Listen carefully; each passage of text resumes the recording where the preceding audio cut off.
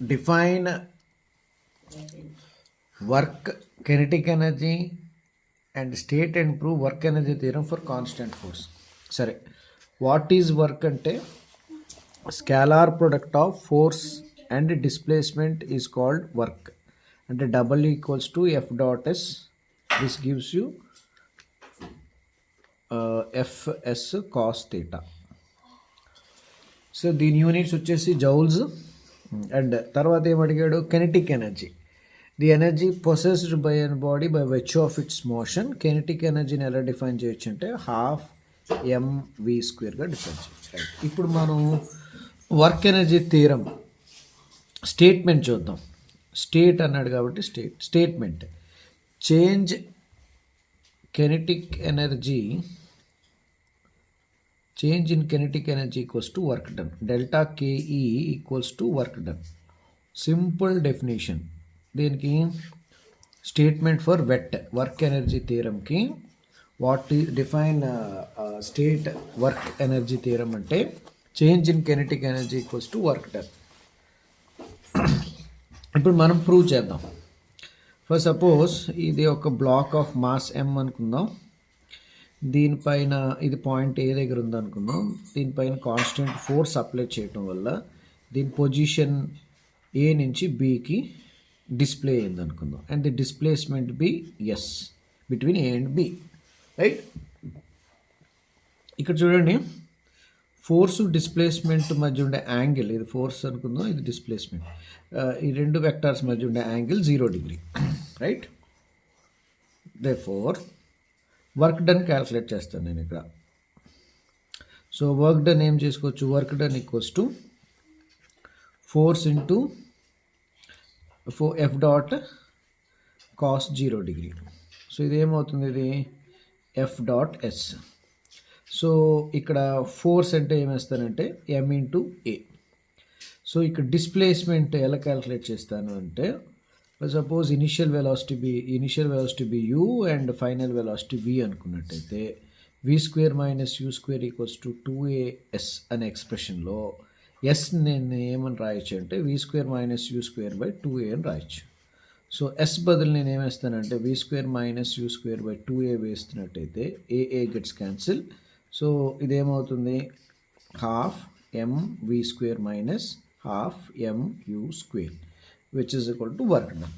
There four work done equals to ఏమొచ్చింది, ఇది final kinetic energy KE final minus ఇది kinetic energy initial. Therefore work done is equal to change in the KE, hence proved. Next question, state law of conservation of energy and prove law of conservation of energy in case of freely falling body. Law of conservation of energy అంటే energy is neither created nor destroyed but it can be transformed from one form to the other form, right? So ఇప్పుడు ఈ law of conservation of energy అనేది ఒక freely falling బాడీకి apply చేద్దాం. నేనేం చేశానంటే ball of mass M point A దగ్గర free fall అంటే ఇలా ఫ్రీగా ఫాల్ అయ్యేటట్టు ఏర్పాటు చేసుకుంటే ఈ point A is the highest point, point be the lowest point, ఎక్కడో ఈ జర్నీలో పాయింట్ సి అనుకుంటాం. అంటే ఇప్పుడు ఏంటి, మనకి పాయింట్ ఏ దగ్గర ఎనర్జీ ఎంతైతే ఉంటుందో పాయింట్ సి దగ్గర అంతే ఉండాలి, పాయింట్ బి దగ్గర కూడా అంతే ఉంటే లా of conservation of energy prove అయినట్టే, అంతే కదా. సో నేనేం చేస్తానంటే ఏకి బీకి మధ్యలో ఉండే distance let it be H. ఈ డిస్టెన్స్ నేనేమంటానంటే హెచ్ అని అంటాను, హెచ్. సో ఈ ఏకి సికి మధ్య ఉండే distance let it be X. అంటే బీకి సికి మధ్య ఉండే డిస్టెన్స్ ఎంత అవుతుంది, హెచ్ మైనస్ ఎక్స్. రైట్, నేనేం చేస్తానంటే total energy at point A calculate చేస్తాను. టోటల్ ఎనర్జీ ఎట్ పాయింట్ ఏ ఏమవుతుంది, potential energy at a plus kinetic energy at a. So potential energy at a ఏమవుతుంది, MGH plus half M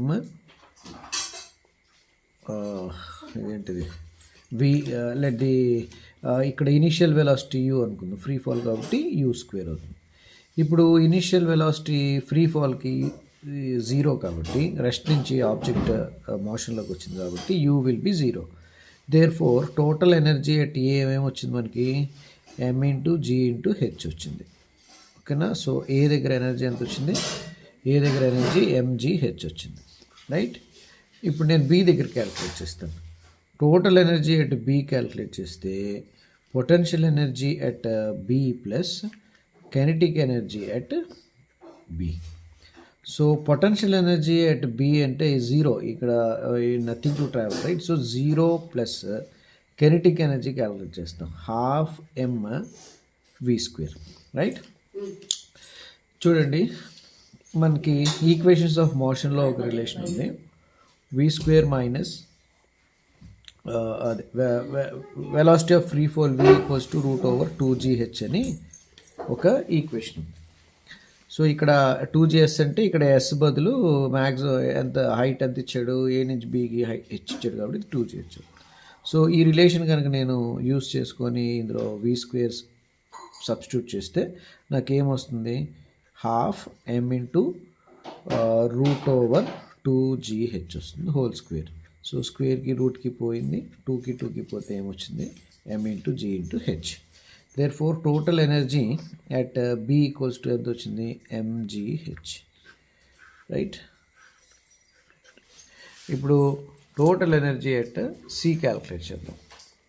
so total energy at C equals to again potential energy at C plus kinetic energy at C. So ఇదేమవుతుంది అంటే ఈ point దగ్గర potential energy calculate చేయాలి, అదేవిధంగా kinetic energy calculate చేయాలి, right. So potential energy at C equals to m/g అక్కడ ఈ సికి బికి మధ్య ఉండే డిస్టెన్స్ h-x కాబట్టి h-x plus kinetic energy 12 mv². So ఇక్కడ అగైన్ అదే ఫార్ములా బి దగ్గర ఎలాగైతే వెలాసిటీ క్యాలిక్యులేట్ చేశానో ఇదే ఫార్ములా 2gs వాడుకుంటాను. సో 2g ఎట్ సి ఏమవుతుందంటే s = x అవుతుంది, రైట్. సో ఇప్పుడు నేను ఇది ఎలా రాయొచ్చు, mg∆H minus mg�small(x) plus 12 m√2gx whole square, right. స్క్వేర్కి రూట్కి క్యాన్సిల్ అయిపోయింది, 2కి క్యాన్సిల్ అయిపోతే ఇది ఏమి మిగిలేదు నాకు, mg∆H minus mgx plus mgx cancel అయిపోతే ఏం మిగిలింది, mgh. There four total energy at C ఎంత వచ్చింది నాకు, mgh. ఇప్పుడు చూడండి, total energy at A equals to total energy at B and total energy at C మూడు ఈక్వల్గా వచ్చినాయి కాబట్టి మనం ఏం చెప్పొచ్చు అంటే ఎనర్జీ ఈజ్ కన్జర్వ్డ్ అని చెప్పొచ్చు. నెక్స్ట్ కొలీజన్స్ అంటే ఏంటో అడుగుతాడు, టైప్స్ ఆఫ్ కొలీజన్స్. అదేవిధంగా explain elastic collision in 1 dimensional అని ఒక క్వశ్చన్ ఉంది. ఇది కూడా వర్క్ ఎనర్జీ పవర్లో ఒక 8 మార్క్ క్వశ్చన్. సో ముందు కొలీజన్ అంటే తెలుసుకుందాం. కొలీజన్ అంటే రీడిస్ట్రిబ్యూషన్ ఆఫ్ మొమెంటమ్ అనొచ్చు, ఎక్స్చేంజ్ ఇన్ ది మొమెంటమ్ అని అనొచ్చు. ఇప్పుడు elastic collision, inelastic collision, there are 2 types of collisions. Elastic collision అంటే ఏం చెప్పొచ్చు అంటే both momentum and kinetic energy are conserved అని చెప్పొచ్చు. ఇది after collision both the objects will move with a common velocity అని చెప్పొచ్చు, రైట్. సో ఇప్పుడు మనం 1 డైమెన్షనల్ కొలీజన్ థియరీ చూసుకుందాం. ఇప్పుడు నేనేం చేస్తానంటే ఒక మాస్ m1 అనుకుంటున్నాను, ఇంకొక మాస్ వచ్చేసి m2 అనుకుంటాను. ఇది moving with initial velocity u1, ఇది moving with initial velocity u2. ఇదేంటిది బిఫోర్ కొలీజన్. సో కొలైడ్ అవ్వకముందు ఇది ఈ 2 ఆబ్జెక్ట్స్ యొక్క సిచ్యువేషన్, రైట్. సో కొలైడ్ అయినప్పుడు ఈ రెండు కొలైడ్ అయినప్పుడు there will be exchange in the momentum. So this is during collision అని తీసుకుంటే, ఆఫ్టర్ కొలీజన్ ఏమవుతుందంటే m1 moves with velocity v1 అనుకుందాం, m2 moves with velocity v2 అనుకుందాం. ఇప్పుడు మన ఏం ఏంటి అని అంటే we have to find the final velocities of masses m1 and m2. So ఇక్కడ వాడు ఇది ఎలాస్టిక్ కొలిజన్, వన్ డైమెన్షన్లో ఎలాస్టిక్ కొలిజన్ క్యాలిక్యులేట్ చేయమన్నాడు కాబట్టి, సో ఇక్కడ మొమెంటము కెనెటిక్ ఎనర్జీ రెండు కన్జర్వ్ కాబట్టి మనం ఏం చేస్తామంటే initial momentum equals to final momentum అవుతుంది, అలాగే initial energy kinetic energy equals to final kinetic energy అవుతుంది. సో నేను ఇప్పుడు మొమెంటమ్స్ క్యాలిక్యులేట్ చేస్తాను.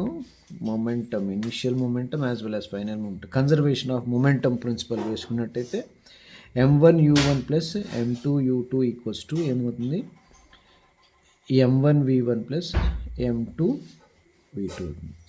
సో దీన్ని నేను రీరైట్ చేశాను అనుకోండి, m1 కామన్ తీసేస్తే u1 minus v1 which is equals to m2, ఇక్కడ నేను కామన్ తీసేస్తే, సో ఇక్కడ ఏం చేశానంటే నేను m1 ఇక్కడ ఉండే m1 v1 ఇటుపక్క తీసుకొచ్చాను, ఇక్కడ ఉండే m2 v2ని ఇటుపక్క తీసుకెళ్ళాను అంతే, రైట్. సో సిమిలర్గా ఇది conservation principle, law of conservation of momentum. అదేవిధంగా నేను కెనెటిక్ ఎనర్జీ కూడా, ఎలాస్టిక్ కొలిజన్లో కెనెటిక్ ఎనర్జీ కూడా కన్జర్వ్ అవుతుంది కాబట్టి నేను ఇప్పుడు law of conservation of LOC of KE తీసుకుంటాను.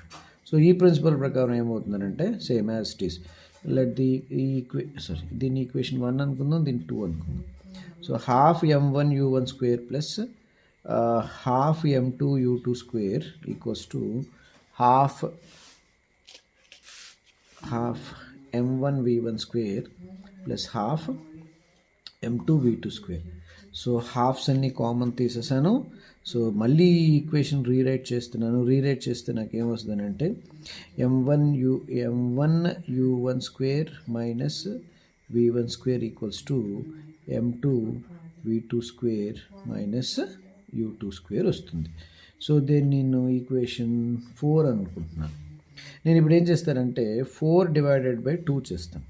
4 డివైడెడ్ బై 2 చేస్తే ఏమొస్తుందంటే m1 a square minus b square, ఇది నేను ఇలా రాసుకుంటాను అనమాట, u1 plus v1 equals into u1 minus v1 upon m1 into u1 minus v1.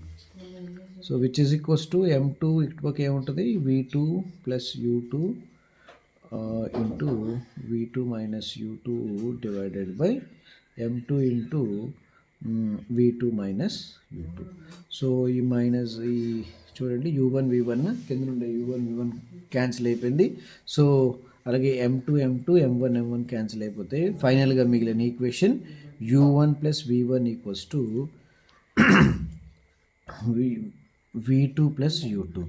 So దీని నుంచి నేను v1కి ఒక ఈక్వేషన్ డ్రా చేస్తున్నాను, v1 equals to v2 plus u2 minus u1.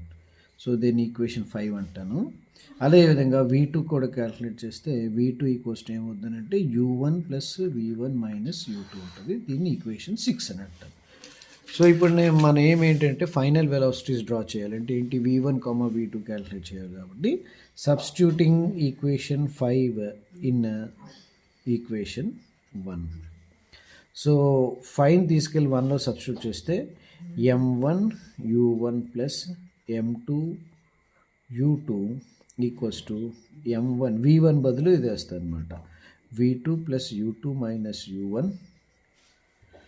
చూసానా ప్లస్ m2 v2. సో ఈ ఈక్వేషన్ ఎలా వస్తుందంటే m1 u1 plus m2 u2 equals to multiply చేయండి m1 v2 మళ్ళీ plus m1 u2 minus m1 u1 plus m2 v2. So మళ్ళీ ఈ equations అన్ని rewrite చేద్దాం. నేను ఏం చేస్తాను చూసిన ఈ m1 u1 ఇటుపక్క తీసుకెళ్ళిపోతాను, m1 u1 plus m1 u1. తర్వాత ఏం చేస్తానంటే ఈ u2ని ఇటుపక్క తీసుకెళ్ళిపోతున్నాను plus m2 u2 minus m1 u2. ఇంకెక్కడ మిగిలినవి రెండే కాబట్టి ఈ రెండింటి నుంచి v2 కామన్ తీస్తే m1 plus m2 into v2 వచ్చింది, రైట్. సో దీన్ని ఏం రాసుకోవచ్చు, 2m1 u1 అని రాసుకోవచ్చు. ఇక్కడ ఏం చేస్తానంటే u2 కామన్ తీస్తాను, so m2 minus m1 into u2 ఉంటుంది. ఇటు సైడ్ ఏం మిగిలింది m1 plus m2 into v2. So ఇక్కడ నుంచి నాకు v2 ఈజీగా రాయొచ్చు. చూడండి ఇక్కడ v2 equals to 2m1 by m1 plus m2 into u1 plus m2 minus m1 by m1 plus m2 into u2.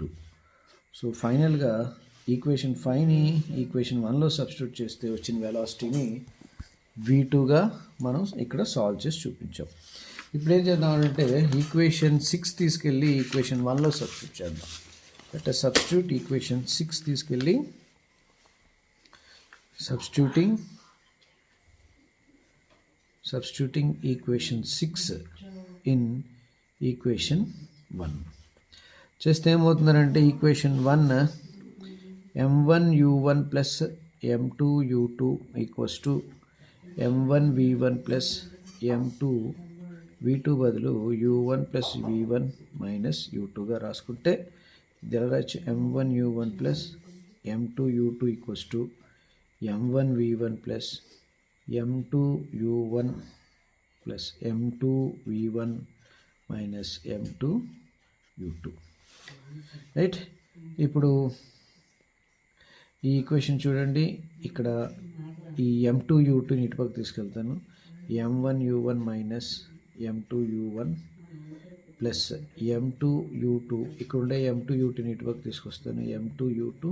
So ఇక్కడ మిగిలి ఉన్నది ఏంటి, ఇంకా m1 plus m2 v1. So ఈ ఈక్వేషన్ రీరైట్ చేస్తే ఈ రెండింటి దగ్గర u1 కామన్ తీసేస్తే ఈ రెండింటి నుంచి, so m1 minus m2 into u1 plus ఇవి ఏమవుతుందంటే 2m2 u2 అవుతుంది. ఇది m1 plus m2 into v1.